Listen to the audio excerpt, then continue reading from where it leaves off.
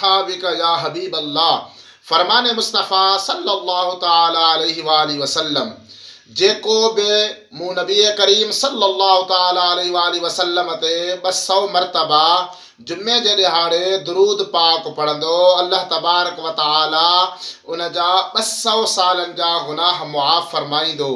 त मिठा ऐं प्यारा इस्लामी भाइरो, अवां बि नियत कयो, जुमे जो ॾिहाड़ो आहे, अवां बि उन हबीब करीम अलैहिस्सलातु वस्सलाम ते 200 मरतबा दुरूद पढ़ण जी सआदत हासिल कयो ऐं 200 सालनि जा गुनाह मुआफ़ फरमायो।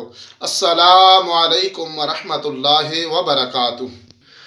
मुसलमान भाइरो, अवां खे ख़बर हुजणु खपे त अल्लाह तबारक व ताला जा ज़िक्र अज़कार त ज़्यादातर आहिनि, पर सुबहान अल्लाह करण जो एतिरो त सवाब आहे।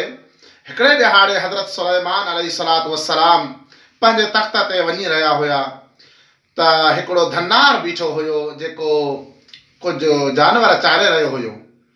उन जंहिं महिल हज़रत सुलेमान अलैहिस्सलातु वस्सलाम जे तख़्त खे ॾिसी करे चई सुबहान अल्लाह, त अल्लाह तबारक व ताला पंहिंजे तरफ़ां उन ॾे रहमत जा मलाइक मोकिलिया। जॾहिं रहमत जा मलाइक उन वटि पहुता, अल्लाह ताला उन जे मथां रहमत वसाई, बरकत वसाई। हज़रत सुलेमान अलैहिस्सलाम पंहिंजे तख़्त खे रोके करे लही आया ऐं उन धनार खे चवण लॻा त असां सां वापार कर। धनार चयो त साईं, मुंहिंजा जानवर मौजूद आहिनि, अवां पसंदि कयो त मां अवां सां वापार कयां।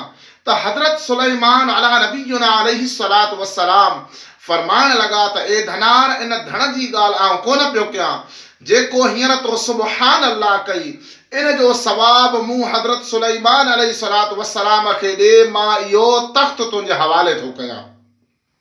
त हज़रत सुलेमान अलैहिस्सलाम खे उन धनार जवाब ॾिनो त ए हज़रत सुलेमान नबी, इहे तख़्त बख़्त बादशाहियूं इते हूंदियूं ऐं हीअ जेका रहमत ऐं बरकत आहे इहा मूंसां गॾु क़बर ताईं हलंदी।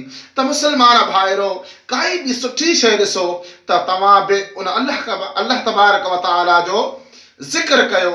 सुहिणी शइ ॾिसी करे तव्हां चओ सुबहान अल्लाह। अवां ॾिसो त हिकिड़े अल्फाज़ पाण सां रब करीम उन जे मथां मलाइक पियो मोकिले। सुबहान अल्लाह।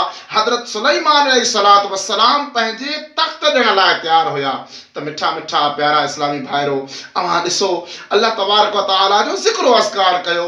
रब करीम जे ज़िक्र जी फज़ीलत सां अवां जी, असांजी सभिनीनि जी ज़िंदगियूं जेके आहिनि तमामु ख़ूबसूरत गुज़रंदियूं। सल्लू अलल हबीब सल्लल्लाहु तआला अला मुहम्मद सल्लल्लाहु अलैहि वसल्लम।